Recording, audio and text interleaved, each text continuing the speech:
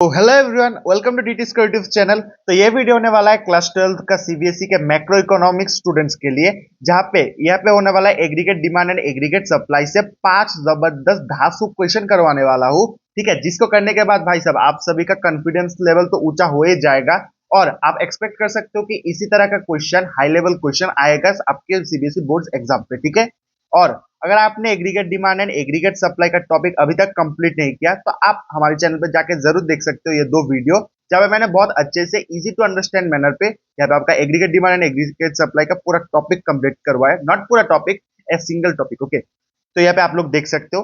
तो चलिए स्टार्ट करते हैं हमारा क्वेश्चन सॉल्विंग। तो सबसे पहले स्टार्ट करते हैं वार्म अप से, और वार्म अप करेंगे एमसीक्यू टाइप क्वेश्चन से, जहाँ पे पहला एमसीक्यू आ रहा है आप सभी के सामने। यहाँ पे क्वेश्चन क्या है? In an economy when dash is insufficient to achieve the level of output corresponding to full employment, the difference is termed as deflationary gap। ठीक है, तो देखो अब पहला हमको समझना होगा कि डिफ्लेशनरी, ये जो आपका टर्म है डिफ्लेशनरी गैप, इसका मतलब क्या है। सीधी बात, नो बकवास भाई साहब। डिमांड और सप्लाई हमने पढ़ा इस चैप्टर में, through out the chapter by demand and supply के ऊपर ही हमने चर्चा किया, aggregate demand and aggregate supply. जब आपका सप्लाई ज्यादा हो डिमांड से, उसी पर्टिकुलर सिचुएशन को कहते हैं हम डिफ्लेशनरी गैप। यानी कि आपका डिमांड कम है लेकिन मार्केट में सप्लाई ज्यादा है, तो that particular situation is known as deflationary gap. अब देखो, यहाँ पे ऑप्शंस की तरफ नजर दे तो यहाँ पे x anti, x post, x anti, x post, यहाँ पे साइड में डिमांड डिमांड और बाकी के दो सप्लाई सप्लाई। तो हमें समझना होगा कि एक्स एंड और एक्स पोस्ट का मतलब क्या है। ठीक है, तो यहाँ पे देखिए सबसे पहले आता है एक्स एंड के ऊपर, एक्स एंड।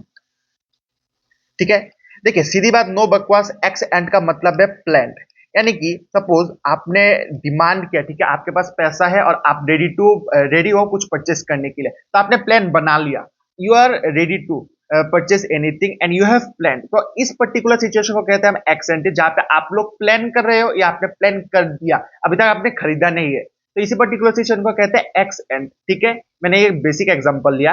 अब आते हैं एक्स पोस्ट की तरफ। ठीक है, यानी कि आपने कर दिया, आपने कुछ खरीद दिया, आपने कुछ काम कर दिया। ठीक है, उसी को पर्टिकुलर सेशन कहते हैं पोस्ट, पोस्ट पार्ट। ओके, तो इससे हमको पता चल गया एक्स एंड और एक्स पोस्ट का मतलब क्या है। इस सेम तरीके से एक्स एंड एग्रीगेट डिमांड का मतलब क्या है। एक्स एंड का मतलब जो आप प्लान कर रहे हो डिमांड क्या करोगे। ठीक है, और एक्स पोस्ट का मतलब, एक्स पोस्ट एग्रीगेट डिमांड का मतलब है आपने क्या डिमांड ऑलरेडी कर लिया, आपने ऑलरेडी खरीद लिया। इसी पर्टिकुलर सिचुएशन को कहते हैं एक्स पोस्ट एग्रीगेट डिमांड और x and aggregate demand. Okay, तो यहाँ पे ऑप्शन की तरफ जाते हैं हम लोग। यहाँ पे देखिए आपका जो करेक्ट ऑप्शन होगा वो है फर्स्ट, जो कि एक्स एंड एग्रीगेट डिमांड। क्योंकि इकोनॉमिक्स के टाइम पे हम हमेशा प्लान, प्लान के टाइम के बारे में हमेशा बात करते हैं। ये नहीं देखेंगे कि हमने ऑलरेडी खरीद लिया, नहीं, हम ये देखेंगे कि हम कितना भी रेडी है खर्चा करने के लिए इन इकोनॉमिक्स। तो हमेशा एक्स एंड और एक्स, आपका x and aggregate demand, x and aggregate supply हम देखेंगे। ठीक है, तो पहला क्वेश्चन का आंसर है ए नंबर क्वेश्चन। अब चलते हैं नेक्स्ट क्वेश्चन पे आप सभी का।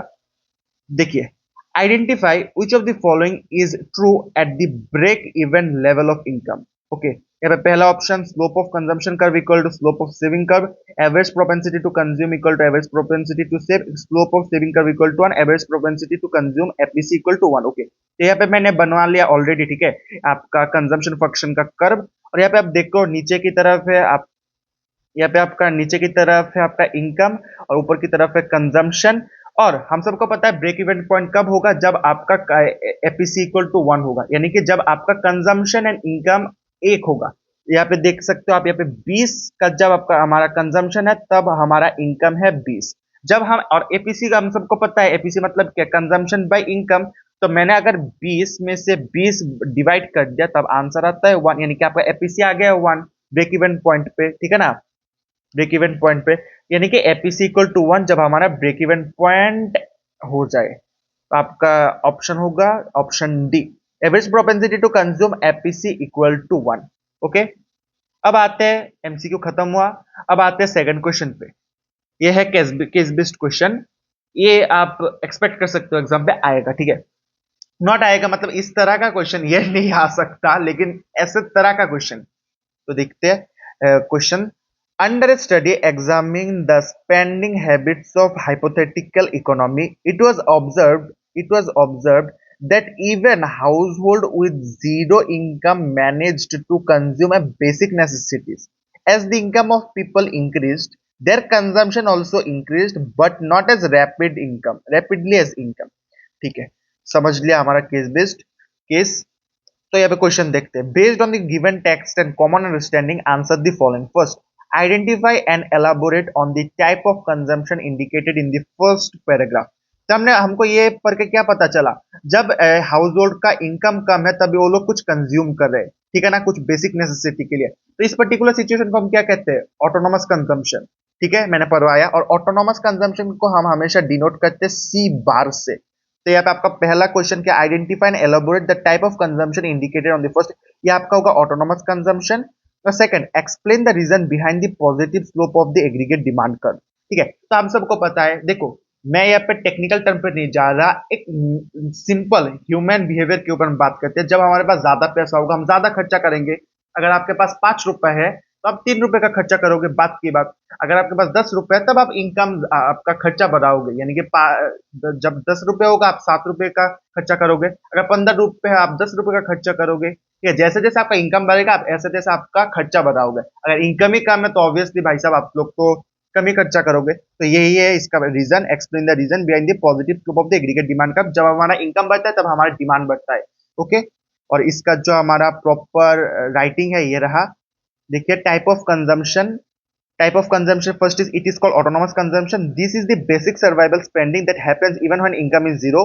People pay for this by using old savings on borrowing money. Obviously आपको लोन लेना होगा। अगर आपके पास 0 रुपीज है और आप खर्चा कर रहे हो बात की बात 30 रुपए, यानी कि आप तो 30 रुपए बोरो कर रहे हो, किसी से ले रहे हो या आप लोन रहे हो, बात की बात। और second, reason behind the positive slope, the aggregate demand curve goes up because there is a direct connection between income and spending. As people earn more money, their purchasing power increases, so they buy more things. Okay, ये रहा आपका answer. अब चलते हैं अगले question की तरफ। Estimate the value of subsistence level of consumption expenditure. Autonomous consumption को बोला, from the following data about an economy which is in equilibrium. यहाँ पे आपका नेशनल इनकम दिया गया है 1500 crore, marginal propensity to consume 0.8 and investment expenditure is rupees 150 crore. Okay, मतलब यानी कि अब हमारा इन्वेस्टमेंट दे दिया है। तो यहाँ पे एक बार लिख लेते हैं, ठीक है, लिख लेते हैं क्या दिया गया। सबसे पहला टर्म यहाँ पे आपका y equal to 1500 crore, y equal to 1500 crore, y equal to 1500। फिर आपका एमपीसी दिया गया है, एमपीसी इज इक्वल टू 0.8। और तीसरा आपका इन्वेस्टमेंट दिया गया है 150 और हमको बोला गया है सी, यानी कि ऑटोनोमस कंजम्पशन हमको निकालना है। ठीक है, तो यहाँ पे मैं थोड़ा छोटा कर देता हूँ। ओके, सो देखिए, हम सबको पता है हमारा जो इनकम है वाई, अबे आ जाना दे, इनकम है कंजम्पशन प्लस इन्वेस्टमेंट। ठीक है, हमको पता है कि हमको इनकम कंजम्पशन प्लस इन्वेस्टमेंट, अबे क्या यार, थोड़ा और छोटा करके लिखता हूँ, y equal to consumption plus investment. Okay, हम सबको पता है आपका इनकम जो है वह कंजम्पशन प्लस इन्वेस्टमेंट है।